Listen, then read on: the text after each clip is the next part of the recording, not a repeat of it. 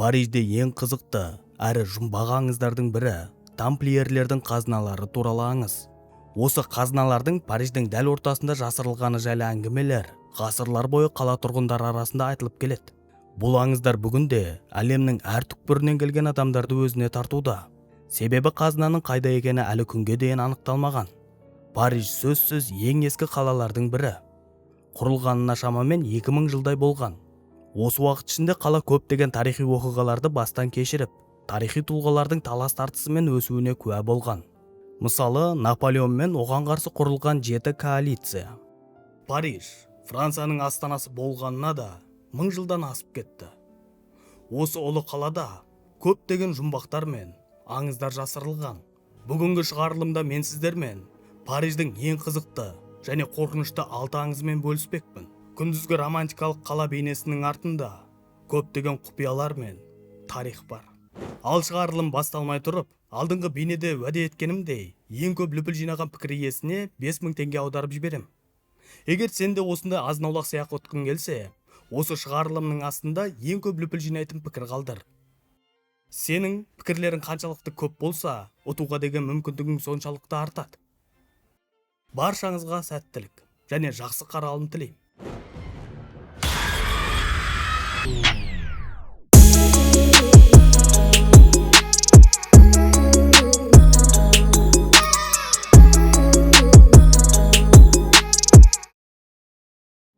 Жоғарыда айтылған тамплиерлердің қазынасына келетін болсақ, тамплиер бұл орта ғасырда өмір сүрген католиктік әскери және діни орденнің мүшелері.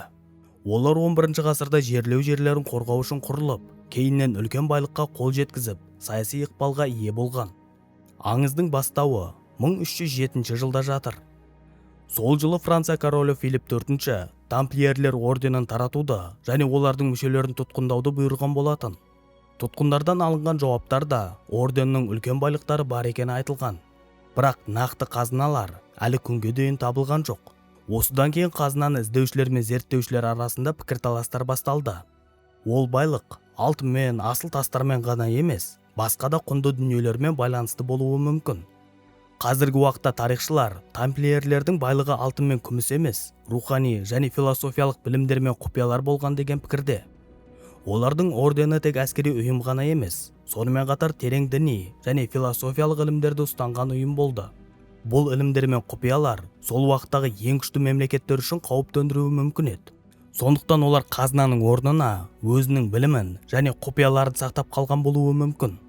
Ең танымал жерлердің бірі Париждің Ле-Маре ауданындағы Рю дю Темпле көшесі. Бұл жерде бұрын тамплиерлер орденінің басты монастырларының бірі болған. Бүгінде бұл ауданнан тек тарихтың ізі ғана қалды. Алайда көптеген адамдар әлі күнге дейін сол аймақтың астында үлкен қазыналардың жасырылғанына сенеді. Әртүрлі кезеңдерде Парижде археологиялық зерттеулер жүргізілгенімен, осы қазынаның қай жерде жасырылғаны туралы нақты деректер табылған жоқ. Тарихта мыңдаған ұрылар мен ізденушілер тамплиерлердің қазынасын табуға тырысты. Кейбір зерттеушілер археологиялық қазбаларды жүргізіп, көне карталар мен жазбаларды зерттесе, басқа біреулер мистикалық әдістерді қолданды. Бірақ қанша уақыт өтсе де ешкім осы қазыналарды тауып алған жоқ. Адамдар әлі күнге дейін қазынаның бар екеніне сенеді, және ол Париждің терең құпияларымен тығыз байланысты деп санайды. Аңыздың осы күнге дейін сақталуының бір себебі тамплиерлердің құпиялы өмір салты мен мәдениетке деген ықпалы. Олардың қалдырған рухани және философиялық мұрасы Париждің мәдениетінде маңызды орын алады. Тамплиерлердің ізін іздеген көптеген адамдар осы құпиялар мен білімдерге қызығушылық танытып, олардың мұрасын зерттеді. Бұл аңыз бүгінгі таңда Париж тек тарихы мен архитектурасымен ғана емес, сонымен қатар оның терең құпияларымен де танымал екендігін көрсетеді. Қазынаның болуы немесе болмауы маңызды емес. Ең бастысы, оның бізге қалдырған мұрасы мен сыры.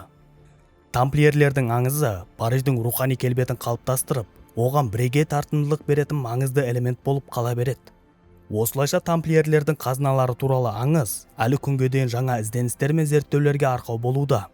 Осы қазынаның құпиясы ашылмағанымен, ол қала тұрғындарының, туристер мен зерттеушілердің қызығушылығын оята отырып, қала тарихының маңызды бөлігі болып қала береді.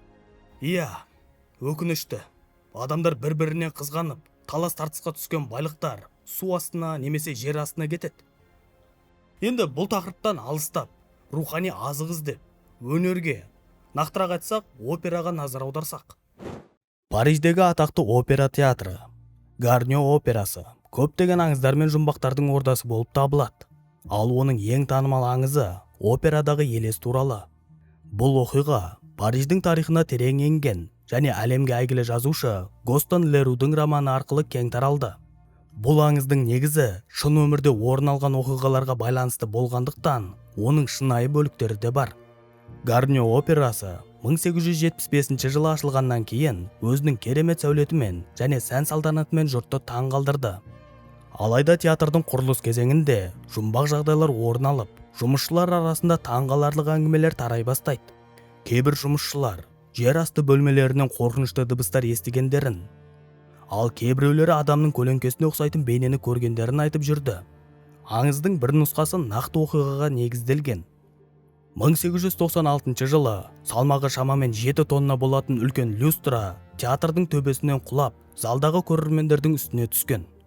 Бұл оқиға бір әйелдің өмірін қиды, және бұл қайғылы жағдай туралы көптеген қауесеттер мен аңыздар пайда болды. Осыдан кейін операдағы елес туралы аңыз дами түсті. Ал халық арасында бұл оқиға жай ғана апат емес, театрда тұратын елестің әрекеті екені туралы әңгімелер кең тарады. Аңызға сәйкес, елес Эрик есімді адам болған. Оның беті өте қатты жарақаттанғандықтан, ол адамдардан жасырынып, Гарньо операсының жер асты бөлмелерінде өмір сүрген. Эрик өнерге, музыкаға деген ерекше қызығушылық танытып, өзінің талантын опера театрына арнады. Алайда ол ешкіммен жүзбе-жүз кездеспегендіктен, өзінің өмірін жасырынып өткізуге мәжбүр болды. Эрик театр қызметкерлеріне өз ережелерін белгілеп, сахнаға және әртістерге үлкен әсер еткен.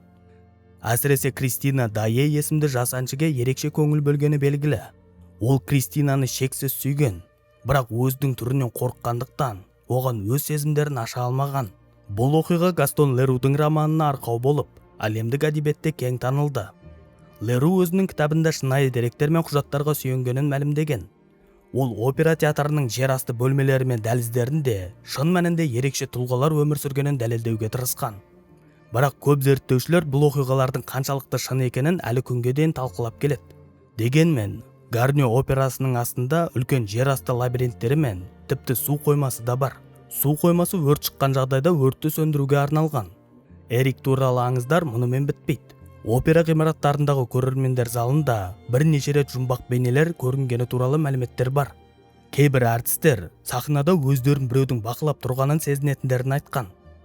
Опера қызметкерлері де кейде театрдағы заттардың орнынан жоғалып кететінін, немесе оларды біреу қозғап қойғандай болатынын әлі күнге дейін айтып отырады. Бұл оқиға тек бір қала үшін ғана емес, бүкіл әлемге ерекше мистикалық және романтикалық сипат берді. Гастон Лерудың операдағы елес романы осы аңыздың мәңгілік мұрасын қалдырып, адамдардың қиялына қанат берді. Жұртшылық бұл аңыздың шынайы екенін, немесе ойдан шығарылғанын әлі де талқылауда. Сіз барға барып көргенсіз бе? Бұл орынсыз сұрақ сияқты болып көрінуі мүмкін. Бірақ біздің келесі аңызымыз Париждегі барлардың біріне байланысты болмақ. Бұл аңызға сенетін болсақ, түнде белгілі бір барға кірген адамдар сол барды таңертең таппай қалады екен. Бұл мистикалық жағдай ма? Әлде алкогольді көп ішіп қойғаннан болатын жағдай ма? Соны қазір қарастырамыз. Аңыз бойынша, кейбір адамдар бір күні Латын кварталындағы ескі, жайлы бір барға кіріп, сол жерде таңғы жайып атмосферада уақыт өткізеді. Бірақ таң атқан кезде олар сол барды қайта таппайды. Ол қарапайым көшеде болса да, оларға көрінбейді. Осы барға алғаш рет келген адамдар өздерін ерекше, таныс емес бір ғажайып әлемде жүргендей сезінеді. Бұл орынның жиһазы мен интерьері бәрі де ескі заманға тән болатын. Кейбіреулер оның интерьеріндегі кең орындар мен ыңғайлы орындықтарда таңғаларлықтай еркіндікті сезініп, уақыттың өте баяу өтетінін байқаған. Бірақ бұл жай ғана ұмытылмас әсер қалдырған сәттер сияқты болып көрінеді. Өйткені олар сол жерде бұрын болғанын ешқашан есіне түсіре алмайды. Бардың есігіне кіргенде ол жаңадан ашылған сияқты болып күлімсіреп қарсы алады. Бірақ ішке кіргенде кез келген бұрышта тыныштық пен уақыттың тоқталғанын сезінуге болады. Бірнеше жыл бұрын бірнеше адам осы барға кіріп, түні бойы уақыт өткізеді. Бірақ таңертең оларға қайтып оралу жолы біртіндеп жабыла бастаған. Сол жерде болған адамдардың айтуынша, бұл бар әлде бір гипноздық күшпен жұмыс істейді. Олар өздерін таңғажайып сусындар мен ескі музыкамен қоршалғандай сезінген. Алайда таң атқан кезде сол бар қайда екенін ешкім түсінбейді. Бұл барлардың жоғалып кетуі тек мифте емес, көптеген жылдар бойы оны көрген адамдардың жеке куәлігі мен бақылауларының нәтижесі болып табылады. Осы оқиғалардың бәрі Латын кварталының табиғаты мен тарихи өзгеше атмосфераның болуын талап етеді. Кейбір зерттеушілер бұл бардың ерекше қасиеті мен қала ішіндегі аймақтың энергетикалық күшін осылай түсіндіреді. Аңызға сенетіндер оны жоғалған бар деп атайды, және мұнда тап болған адамдардың саны уақыт өте жаңарып отырады. Аңыздың әлі де құпиясы көп. Бір қызығы, осы әңгімелерді естіген адамдар барды тауып, құпиясы мен тарихын ашқысы келеді. Не болса да аз ішуге тырысыңыз. Жоқ, мүлдем ішпеуге тырысыңыз. Себебі біздің келесі аңызымыз өте қорқынышты. Париждің катакомбалары бұл қаланың ең тылсым әрі қорқынышты орындарының бірі. Әрі бұл жерге қатысты көптеген аңыздар мен мифтер бар. Катакомбалар Париждің ескі зияраттары мен сүйектермен толы түнелдер жүйесі. Бұл жерлердің тарихы өте терең және қараңғы. Әрине, бұл орындар тек тарихи жәдігерлер мен археологиялық ескерткіштер ғана емес. Сонымен қатар олар өзіне көптеген елестер мен мистикалық құбылыстарды жинаған орын болып табылады. Париж катакомбаларында мыңдаған адамның сүйектері сақталды. Бұл жерлердің үлкен бөлігінде өткен ғасырларда өмір сүрген Париждің тұрғындарының мәйіттері жинақталған. 14 ғасырда Парижде орын алған оба мен басқа да аурулардан қайтыс болған адамдардың денелері осы катакомбаларға әкелініп жерленді. Әсіресе 1786 жылы Парижде ескі зияраттар қаптап кеткен кезде бұл жерлерге сүйектерді көму жұмыстары жүргізілді. Бүгінгі таңда бұл катакомбалар Париждің туристік орындарының бірі болып табылады. Бірақ ол жерге көпшілік өткен ғасырда өмір сүрген адамдардың бас сүйегін көру үшін емес, әртүрлі мистикалық оқиғалар іздеп келеді. Аңыздар бойынша катакомбаларда тек мәйіттер мен сүйектер ғана емес, сонымен қатар қорқынышты елестер мен рухтар да мекендейді. Осы жерлерде жүріп өткендер күндізде де түнде де өздерінің көз алдында пайда болатын тылсым көріністер туралы айтады. Бұл аңыздар бойынша катакомбаларда жүрген адамдар кенеттен түсініксіз дыбыстарды естиді. Беймәлім фигуралар көреді. Әрине, мұның барлығы көрген адамға қорқынышты. Кейбір адамдар бұл жерлерге түскен кезде қандайда бір белгісіз күштердің әсерін сезінгендерін айтқан. Қараңғылықтың ішінде жүргенде олардың жүректері қатты соғып, тұншығып қалардай сезімдер пайда болған. Әрине, мұның бәрі катакомбалардың қорқынышты атмосферасынан туындаған болуы мүмкін. Бірақ қала тұрғындары мен туристер бұл аңыздардың қаншалықты шындыққа жанасатыны туралы пікірталасуда. Кейбір зерттеушілер катакомбаларда елестер мен тылсым құбылыстарды зерттеу үшін арнайы экспедициялар ұйымдастырған. Олардың көбісі ерекше жағдайлар мен түсініксіз құбылыстарға тап болған. Біреулер бұл жерлерде көрген елестерді адам бейнесінде болғанын айтады. Ал басқалары катакомбаларда жоғалып кеткен, немесе соққыға жығылған адамдарды көргені туралы әңгімелейді. Париж катакомбалары түнде тағы да ерекше үрей туғызатын және қала тұрғындары арасында қорқынышты әңгімелерге айналған жер болып саналады. Кейбіреулер бұл жерлерді жаман түсініктер мен рухтармен байланыстырса, басқалары тек қаланың қараңғы тарихының бір бөлігі ретінде қарайды. Бірақ катакомбаларға қатысты аңыздар мен мифтер ешқашан толықтай ашылмайтын құпияларды сақтап қала береді. Тарихта болған қанды революциялар жайлы естіген боларсыз. Революция Париж қаласында айналып өтпеді. Мұнда 1789 жылдан бастап 10 жылға созылған революция өтті. Осы революцияның құрбандарына қатысты қанды өзен деген қайғылы бір аңыз бар. Шатле ауданында әйгілі оқиға француз революциясының ең қанды және қасіретті кезеңі орын алған. 1792 жылы революцияның алғашқы жылдарында Парижде жүздеген адамдар өлім жазасына кесілген еді. Қасіретті оқиғаларға толы бұл кезеңде көптеген адамдар түрмелерде қамауда ұсталып, олардың тағдыры белгісіз қалды. Шатле ауданындағы Сен-Жак түрмесінде мыңдаған адам қамауда болған. Олардың көпшілігі революцияға қарсы болған, немесе патша мен оның жастарына адал болған деп күдіктелінген адамдар еді. Қанды өзен туралы аңыз осы түрмеде қаза тапқан адамдардың өліктерінің өзенге ағып кетуімен байланысты. Ол былай болды. 1792 жылы Сен-Жак түрмесіне жаппай геноцид орын алады.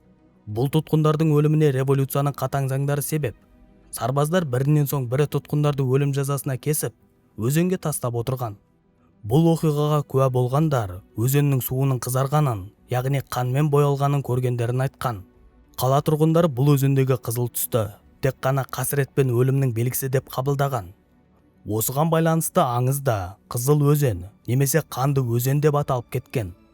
Аңыз бойынша өзеннің суы қанмен боялғандай көрінді. Бұл өз кезегінде қала тұрғындарының арасында үрей мен қорқыныш тудырған. Бұл қасіретті өзеннің көрінісі қала өмірінің бөлшегіне айналып, бірнеше жылдар бойы сақталып қалған. Аңыздың тағы бір бөлігі бойынша қанмен боялған өзен айналасында қайғыға батқан ашулы рухтардың пайда болуы. Тұрғындар өзеннің бойымен өтіп бара жатып, әртүрлі елестерді көре бастаған. Бұл адамдардың рухтары өткен ғасырлардың қасіретті оқиғаларының елестері деп саналады. Бұл аңыздың негізінде тарихта болған оқиғалар мен қатал революция кезеңі жатыр.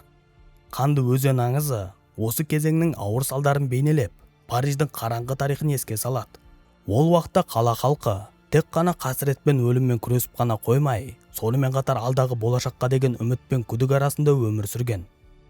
Иә, Париж осындай трагедиялық күндер мен жылдарды бастан өткізгеніне қарамастан, әлі де сақталып келеді.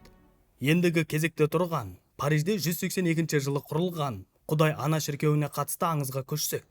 Көп адамдардың ойынша, онда қиямет сағаты орналасқан. Париждің ең әйгілі тарихи орындарының бірі Париж Құдай Ана шіркеуі. Оның архитектурасы мен тарихы ғана емес, сонымен бірге түрлі аңыздары да бұл шіркеуді құпияға толы мистикалық орынға айналдырады. Сол аңыздардың бірі қиямет сағаттары туралы әңгіме. Бұл сағаттар шіркеудің үлкен мұнарасында орналасқан және белгілі бір уақыт өткеннен кейін өзіндік ерекше қасиеттерге ие болады деп есептеледі. Аңызға сәйкес, Париж Құдай Ана шіркеуіндегі сағаттар белгілі бір сәтте уақытты тоқтатуға және соңғы апокалипсиске дейінгі таңғажайып оқиғаларға куә болуға мүмкіндік береді. Бұл аңыз тек қана жергілікті тұрғындар арасында ғана емес, сонымен қатар әлемнің түкпір-түкпірінен келген туристер арасында да үлкен қызығушылық тудырады. Өйткені Париждің өзіндік тарихи аурасы мен мистикалық атмосферасы қиямет сағаттарының бұрмаланған уақытында адамзатты қайталанбас, ерекше күйде қалдыратыны туралы пікірлерді күшейтті. Бұл сағаттар жай ғана уақытты көрсететін құрал емес. Олар шіркеудің ғибадатханалық символы болып табылады. Аңыздарға сәйкес олар тек уақытты көрсетіп қана қоймай, сондай-ақ адамзаттың соңғы күндерінің алғашқы белгілерін білдіретін ерекше сағаттар. Осы сағаттардың алғашқы қоңырауы соққанда, көптеген адамдардың айтуынша адамдардың тағдыры өзгеріп, әлемнің жаңа кезеңі басталады. Әр қоңырау әртүрлі мағына мен мистикалық құпияларды сақтайды деп саналады. Мұндай аңыздардың пайда болуының себептері шіркеудің ғасырлар бойы сақталып қалған архитектурасында және оның діни маңызына байланысты. Қиямет сағаттары туралы әңгімелер әсіресе Парижде болған ең ауқымды тарихи оқиғалармен байланысты. Бұл аңыздар адамзаттың соңғы кезеңінің басталуы мен әлемнің өзгерісі туралы болжамдармен тығыз байланысты. Париж Құдай Ана шіркеуінің тұтас тарихы мен оның архитектурасы осы аңыздарды күшейтеді және адамдарға осы ерекше сағаттардың маңыздылығын түсінуге көмектеседі. Париж Құдай Ана шіркеуінің алдында тұрған туристер мен қала тұрғындары кейде шіркеу мұнараларынан шыққан дыбыстарды естіп, оларды болашаққа деген болжам ретінде қабылдайды. Аңыздар бойынша қиямет сағаттары адамзаттың түпкі мақсаты мен оның соңғы тағдыры туралы терең ойларға жетелейді. Сондықтан бұл аңыз тек қана сағаттардың маңыздылығын ғана емес, сонымен бірге оларды қоршап тұрған ерекше атмосфера мен мистикалық күштің де бар екенін көрсетеді. Мұндай аңыздардың қала тарихында орын алуы әрине Париждің ерекше мәдениетіне және оған бай тарихи аурасына қатысты. Міне, Парижде көптеген ғасырлар бойы қалыптасқан аңыздар желісі осындай. Бұл әрине көптеген аңыздар мен мистикалық жерлердің бір бөлігі ғана. Мүмкін сіз де осындай мистикалық жерлерге барып, паранормальды оқиғаларды бастан кешірген боларсыз. Егер ондай оқиғаңыз болса, төменде жаза кетіңіз. Ал осымен құрметті көрермен, бүгінгі шығарылым соңына жетті. Бұл аңыздар сіздерге ұнады және танымды болды деген ойдамын. Егер расымен де солай болған болса, лүпілдеріңізді аямай басып, пікірлеріңізді жазып, арнаға тіркеліп қойыңыздар. Ал сіздермен бірге болған сол баяғы Шакамуру. Келесі шығарылымдарда кездескенше, қош сау болыңыздар.